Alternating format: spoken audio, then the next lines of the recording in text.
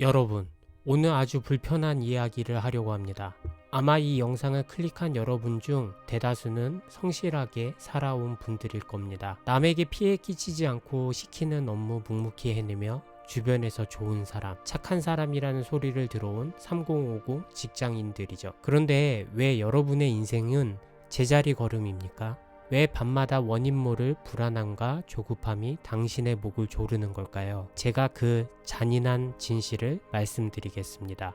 당신이 지금까지 성과를 내지 못한 이유는 당신이 너무 착했기 때문입니다. 아니, 더 정확히 말하면 당신은 착한 게 아니라 나약했던 것입니다. 갈등이 두려워 고개를 숙이고 책임이 무서워 시스템 뒤에 숨으며 모르는 것을 아는 척하며 대세를 따르는 그 비겁함을 당신은 착함이라는 도덕의 가면으로 분칠해 왔습니다. 조던 피터스는 이렇게 말했습니다. 발톱을 가졌지만 그것을 통제하는 자는 선하지만 발톱조차 없는 자는 그저 무해할 뿐이다. 무해한 토끼는 정글에서 평화를 지키는 게 아니라 포식자의 먹이가 될 뿐입니다. 저는 19년 동안 엔지니어로서 살며 수천억 원 규모의 현장을 누볐습니다. 그 치열한 전장에서 깨달은 진리는 단 하나입니다. 인생은 당신의 나약함을 기다려주지 않는다는 겁니다. 오늘 저는 제 인생의 바닥에서 길어올린 삽질의 철학을 공유하려고 합니다. 19년차 베테랑이 AI 앞에서 구석기 시대 사람처럼 무너졌던 순간, 그리고 그 수치심을 뚫고 경험의 갑옷을 재련해낸 생생한 기록입니다. 이 영상이 끝날 때 당신은 더 이상 착한 토끼로 살지 않기로 결심하게 될 것입니다. 1. 도구의 풍요 속에 숨겨진 지독한 무력감. 우리는 역사상 가장 위대한 도구의 시대를 살고 있습니다. 버튼 하나면 AI가 시를 쓰고 코드를 짜줍니다. 저 역시 그 풍요로움에 눈이 멀었습니다. 지난 토요일 아침 저는 근사한 블로그 홈페이지를 만들겠다며 컴퓨터 앞에 앉았습니다. 코딩의 코자도 모르지만 제게는 생성형 AI라는 전지전능한 아군이 있다고 믿었죠. 모르는 건 물어보면 되고 시키는 대로만 하면 일요일 저녁엔 근사한 화면을 보며 위스키 한 잔을 마시고 있겠지? 하지만 오만함의 대가는 1시간도 채 되지 않아 찾아왔습니다. 모니터의 푸른빛이 제 얼굴을 비출 때마다 제가 느낀 것은 경탄이 아니라 지독한 무력감이었습니다. AI는 쉴 새 없이 답변을 내뱉었지만 정작 저는 녀석에게 던질 정확한 단어조차 알지 못했습니다. 픽셀이 깨지고 화면 배치가 뒤틀릴수록 제 속도 타들어갔습니다. 전문가들의 용어를 모르니 제 질문은 허공을 맴돌았고 AI의 답변은 저를 더 깊은 미궁으로 몰아넣었습니다. 도구는 우주시대의 속도로 진화했는데 정작 그 도구를 다루는 저의 언어는 구석기 시대에 머물러 있었습니다. 한심함이 밀려왔습니다. 19년 동안 엔지니어로 뭘 한 거지? 최신 기술을 활용해 남들보다 앞서간다고 자부했지만 작은 블로그 하나 내 손으로 재단장하지 못하다니. 이것이 바로 현대인의 비극입니다. 우리는 도구 뒤에 숨어 진짜 공부를 회피합니다. 결과물만 쉽게 얻으려는 마음이 당신을 껍데기만 남은 전문가로 만듭니다. 쉽게 얻은 것은 당신 것이 아닙니다. 그것은 위기의 순간 가장 먼저 찢어지는 종이 방패일 뿐입니다. 그날 아침 제가 마주한 것은 꼬인 코드가 아니라 성공의 달콤한 결과만 탐하고 고통스러운 과정은 외면하려 했던 제 안의 비겁한 착함이었습니다. 맹목적 믿음이라는 종교, 그리고 반복되는 실패. 우리는 왜 자꾸 도구만 의지할까요? 책임을 지기 싫어서입니다. 내가 결정해서 실패하면 내 탓이지만 AI가 시킨 대로 해서 실패하면 AI 탓을 할 수 있으니까요. 저는 그날 아침 AI를 마치 종교처럼 맹목적으로 믿었습니다. 제가 모르니까 남들이 좋다는 것, 시스템이 결정해 준 것을 그냥 따라갔습니다. 과정에서 어디가 틀렸는지 살펴볼 생각도 안 했습니다. 그저 다음 질문엔 답을 주겠지 라며 똑같은 실수를 반복했습니다. 아인슈타인은 똑같은 일을 반복하면서 다른 결과를 기대하는 것을 광기라고 했습니다. 제가 바로 그 광기에 빠져 있었습니다.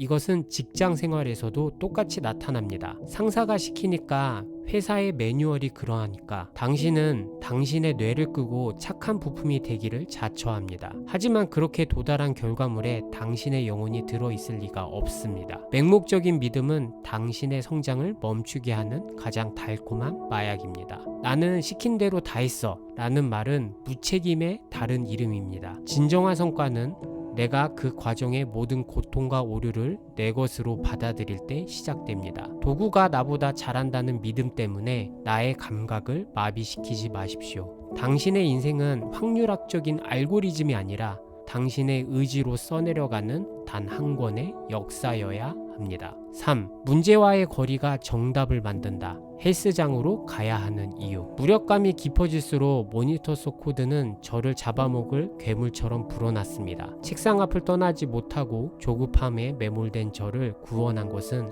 아내의 짧은 권유였습니다. 그냥 헬스장 가서 땀이나 좀 빼고 오자. 그 말이 들리지 않을 만큼 마음이 급했지만 아내의 고집을 이기지 못해 억지로 운동화 끈을 묶었습니다. 트레드밀 위에서 30분을 달리고 무거운 제 몸을 팔굽혀펴기로 들어 올리며 근육의 저항을 느꼈습니다. 땀이 눈을 찌르고 심장이 터질 듯 뛸 때 신기하게도 머릿속에 메웠던 조급함이 씻겨 내려갔습니다. 왜 우리는 문제 앞에만 서면 시야가 좁아질까요? 그것은 뇌가 터널 시야에 갇혔기 때문입니다. 집요하게 한 우물을 파는 게 정답 같지만 방향이 잘못되었을 때의 집요함은 삽질을 더 깊게 만들 뿐입니다. 땀을 흘리며 모니터와의 물리적 거리를 두자 비로소 제가 놓치고 있던 것들이 보였습니다. 저는 AI라는 카더라에만 매달려 정작 기초적인 가이드라인조차 확인하지 않았던 것입니다. 휴식은 포기가 아닙니다.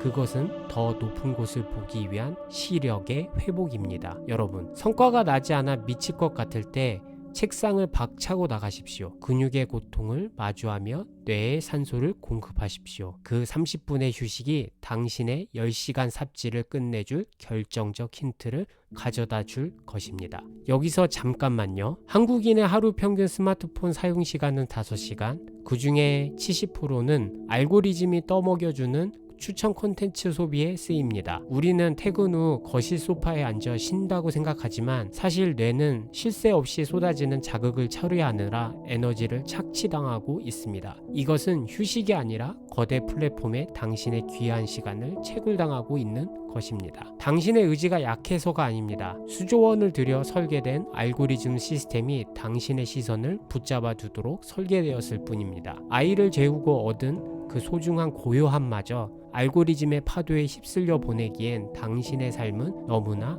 귀합니다. 이제 정보의 시청자가 아닌 삶의 편집자가 되어야 할 때입니다. 왜 뉴스레터를 보아야 할까요? 알고리즘은 당신의 취향을 팔아 돈을 벌지만 뉴스레터는 당신의 성장을 위해 존재합니다. 첫 번째 장점은 컨텐츠 누락을 방지합니다. 휘발되는 SNS 피드와 달리 엄선된 인사이트가 당신의 메일함으로 직접 배달됩니다. 둘째, 우선적인 정보권입니다. 저만의 인사이트, 정수가 담긴 치트키를 구독자에게만 먼저 공개합니다. 셋째, 실전형 AI 도구입니다. 단순히 읽고 끝내는 글이 아닙니다. 당장 업무와 일상에 적용할 수 있는 무기를 쥐어드립니다. 구독 즉시 당신의 저녁 30분을 돌려드립니다. 고정 댓글에 뉴스레터 신청서가 있으니 참고하여 주세요. 다시 본론으로 돌아오겠습니다. 네 번째, 배 뒤에 매달린 밧줄을 놓아라. 아는 척의 비극입니다. 직장생활 19년, 제가 본 가장 처량한 모습은 모르는 것을 아는 척하며 버티는 사람입니다. 비유를 하나 들어보죠. 회의실에서 전문 용어가 오고 갈 때 당신이 이해하지 못하면서 고개를 끄덕이는 것은 배 위에 올라타는 것이 아닙니다. 당신은 지금 배 끝에 달린 가느다란 밧줄을 하나 잡고 물속에서 질질 끌려가고 있는 겁니다. 배가 일직선으로 갈 때는 괜찮아 보입니다. 하지만 배가 방향을 조금이라도 선회하는 순간 밧줄 끝에 달린 당신은 수배의 원심력을 견디며 거대한 파도에 휩쓸리게 됩니다. 거짓말은 또 다른 거짓말을 부릅니다. 출발선을 다르게 규정하고 기준을 제멋대로 선정하면 다음 업무는 기하급수적으로 큰 리스크로 돌아옵니다. 회의 시간에 알아듣는 척 했는데 끝나고 나서 내가 무엇을 해야 할지 모르는 상황이 온다면 그건 이미 비효율을 넘어선 재앙입니다. 저는 팀장으로 근무하며 발전소 공사에 중요한 결정을 내려야 할 때 제 지식의 한계를 만나면 발주처 앞에서 과감히 미안하지만 모릅니다 라고 말했습니다. 그리고 실무 담당자를 회의실로 불러 그들의 전문성을 빌렸습니다. 19년차 팀장이 발주처 앞에서 모른다고 하는 것, 처음엔 자존심 상하고 제 전문성이 의심받을까봐 두려웠습니다. 하지만 프로젝트의 공통 목표인 성공적 완수를 위해 불필요한 리스크를 줄이는 것, 그것이 진짜 리더의 전문성이라는 것을 알게 되었습니다. 혼자 밧줄을 잡고 허우적거리지 마십시오. 당신의 부족함을 인정하고 도움을 청하십시오. 그 정직함이 당신을 배 뒤가 아닌 배의 조타실로 안내할 것입니다. 5번째입니다. 해체의 기술. 거인의 어깨는 삽질한 자에게만 허락된다.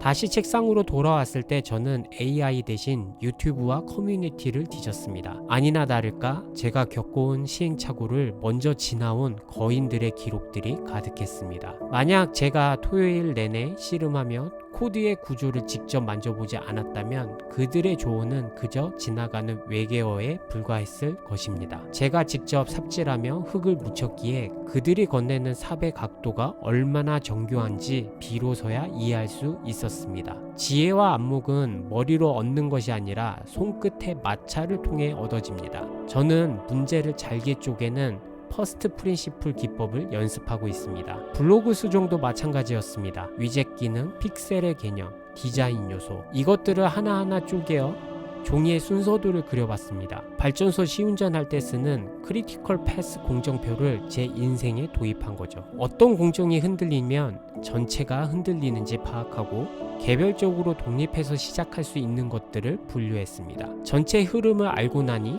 두려움이 사라졌습니다. 틀리면 어떻게 하냐고요? 수정하면 됩니다. 수행하기 전까지는 정답을 알 수 없지만 실행하고 나면 수정할 데이터가 생깁니다. 효율은 실행기에 따라오는 부산물일 뿐입니다. 6째, 단백질 섭취와 SNS 사업의 기묘한 연결, 창조적 삽질. 사람들은 창조가 무에서 유로 만드는 것이라고 생각합니다. 하지만 제 생각은 다릅니다. 창조는 기존의 통념과 새로운 개념, 두 개를 연결하는 것입니다. 최근에 저는 건강서적 포에버 스트롱을 읽었습니다. 단백질이 몸에 얼마나 중요한지, 얼마나 먹어야 근육이 생기는지에 대한 책이었죠. 그런데 저는 이 책을 읽으며 제 SNS 사업에 대한 지침을 발견했습니다. 단백질이 부족하면 근육이 유지되지 않듯 구독자의 신뢰라는 근육이 생기지 않는다. 한 번에 몰아먹는 단백질은 흡수되지 않듯 한 번에 쏟아붓는 정보는 시청자에게 도달하지 않는다.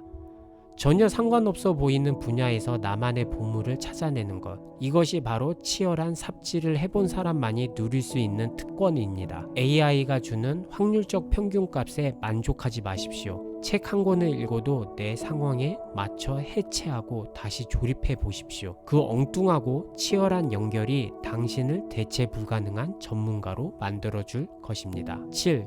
살생부와 평정심. 당신 안의 어둠을 태워 빛을 만들어라. 여러분, 솔직히 고백합시다. 여러분 마음속에 화가 가득하지 않습니까? 저 역시 성인공자가 아닙니다. 저를 비난하는 사람들, 제 앞을 막는 장애물들을 마주하면 심한 부정적 감정이 올라옵니다. 그럴 때 저는 종이를 꺼냅니다. 그리고 그 사람 욕을 씁니다. 제 억울함을 쏟아냅니다. 제 블로그에는 살생부라는 비공개 페이지가 있습니다. 저를 고통스럽게 한 인간들에 대한 분노를 적나라하게 적어놓은 곳이죠. 감정을 쏟아내고 고요해진 다음에야 저는 묻습니다. 나는 왜 고통스러웠는가? 저들이 나를 비난할 때 내가 흔들린 이유는 나의 어떤 부족함 때문이었는가? 이것은 나를 비난하는 세상을 이해하려는 노력이자 제 그릇의 크기를 키우는 훈련입니다. 감정을 억누르는 게 착한 게 아닙니다. 내 안의 어둠을 인지하고 그것을 글로 써서 객관화하고 다시 내 삶의 에너지로 치환하는 것. 그것이 바로 조던 피터슨이 말한 그림자 통합입니다. 살생부의 페이지가 늘어날수록 저의 갑옷은 더욱 단단해졌습니다. 8. 아들의 눈과 아버지의 책임, 말의 무게를 견디는 법. 책임은 저를 끝까지 움직이게 만드는 연료입니다. 제가 이 블로그 수정을 중간에 포기했다면 저는 아들에게 포기하지 마, 할 수 있어 라고 말할 자격이 있겠습니까? 말에는 무게가 있습니다. 직장에서 사람들이 가장 싫어하는 동료는 자기 말에 책임을 지지 않거나 말을 바꾸는 사람입니다. 저 역시 그런 사람들을 경멸했습니다. 그런데 제가 정작 제 인생의 작은 도전 앞에서 포기한다면 저는 제가 혐오하던 그 사람이 되는 겁니다. 내가 실천하지 않으면서 남에게 혹은 자식에게 요청하는 것만큼 비겁한 짓은 없습니다. 책임은 나 혼자 잘 먹고 잘 살기 위한 도구가 아닙니다. 나를 믿고 여기까지 온 사람들, 내 뒷모습을 보고 자라는 다음 세대를 위해 기꺼이 짊어져야 할 거룩한 짐입니다. 그 무게를 견딜 때 비로소 우리는 진짜 어른이 됩니다. 9. 당신이 입고 있는 것은 무능함이 아니라 갑옷입니다. 성과가 보이지 않아 답답한 3050 직장인 여러분께 다시 한번 말씀드리고 싶습니다. 지금 당신이 겪는 지루한 정체기, 매일 반복되는 보이지 않는 삽질은 무의미한 시간이 아닙니다. 당신은 지금 앞으로 닥칠 인생의 수많은 화살을 막아줄 경험의 갑옷을 재련하는 중입니다. 당신은 지금 앞으로 닥칠 인생의 수많은 화살을 막아줄 경험의 갑옷을 재련하는 중입니다. 이 갑옷은 돈으로 살 수 없습니다. 누군가 대신 만들어줄 수도 없습니다. 오직 당신의 실패, 조급함, 분노, 그리고 다시 일어선 근육의 기억만이 이 갑옷의 재료가 됩니다. 망치질 소리가 시끄럽고 불꽃이 튄다는 것은 당신의 갑옷이 그만큼 견고해지고 있다는 증거입니다. 그러니 성급하게 삽을 내려놓지 마십시오. 당신이 원했기에 이 자리까지 왔고 당신이 원하는 결과를 명확히 그리고 있기에 반드시 그 미래를 손에 쥐게 될 것입니다. 오늘 영상을 좀 정리해 보겠습니다. 착함을 버리고 갑옷을 입어라. 성과 없는 3050을 위한 생존 전략에 대해서 말해봤습니다. 대부분의 직장인은 착함이라는 가면 뒤에 자신의 무능력을 숨깁니다. 하지만 비즈니스라는 정글에서 무해한 토끼는 선한 것이 아니라 그저 먹잇감일 뿐입니다. 19년차 엔지니어의 통찰로 분석한 인생의 승기를 잡는 5가지 핵심 프레임워크를 공개했습니다. 첫 번째, 무해함의 함정에서 탈출하라. 당신은 착한 게 아니라 나약한 것입니다. 갈등이 무서워 고개를 숙이는 건 도덕이 아니라 회피입니다. 따라서 발톱을 가져야 되고 그것을 통제해야 합니다. 해칠 능력이 있는 자가 아니라 참는 것이 진짜 선입니다. 둘째, 도구의 풍요 속에 구석기 언어를 버려야 합니다.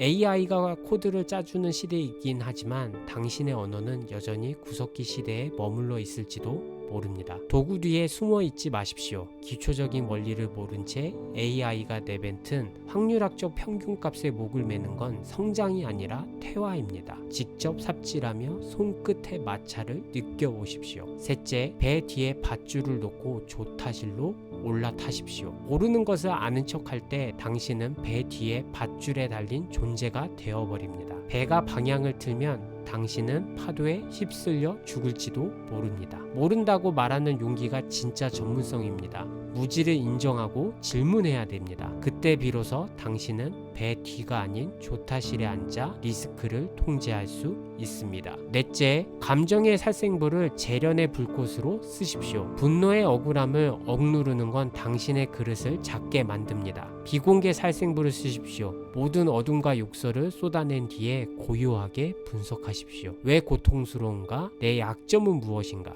내 안의 괴물을 인지하고 길들일 때 그 에너지는 성공의 강력한 연료가 됩니다. 마지막 5번째입니다. 당신은 지금 경험의 갑옷을 만드는 중입니다. 성과가 보이지 않는 정체기, 무의미한 시간처럼 느껴질지도 모릅니다. 하지만 그것은 시간 낭비가 아닙니다. 당신은 지금 인생의 화살을 막아줄 경험의 갑옷을 재련하는 중입니다. 망치질 소리가 시끄럽고 불꽃이 튄다는 건 당신 갑옷이 그만큼 단단해지고 있다는 확실한 증거입니다. 미래를 창조하는 가장 투박하고 확실한 길이 있습니다. 제가 블로그를 다 만들고 나서야 엘렌 케이의 문장이 제 가슴에 박혔습니다. 미래를 예측하는 최선의 방법은 그것을 창조하는 것입니다. 그리고 당신은 이미 그렇게 할 힘을 가지고 있습니다. 이 문장은 이제 저에게 단순한 격언이 아닙니다. 주말 내내 겪은 실패와 짜증, 그리고 다시 일어선 근육의 기억이 응축된 사실입니다. 우리가 얻어야 할 것은 매끈한 결과물이 아니라 그 과정에서 얻은 숙련도입니다. 예기치 못한 난관 앞에서 어떤 태도를 취해야 하는지에 대한 경험입니다.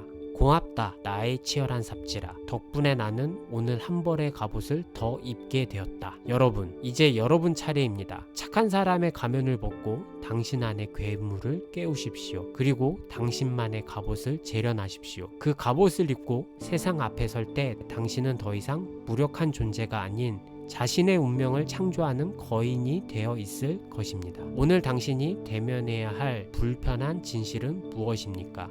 지금 바로 삽을 드십시오. 감사합니다. 펜슬런이었습니다.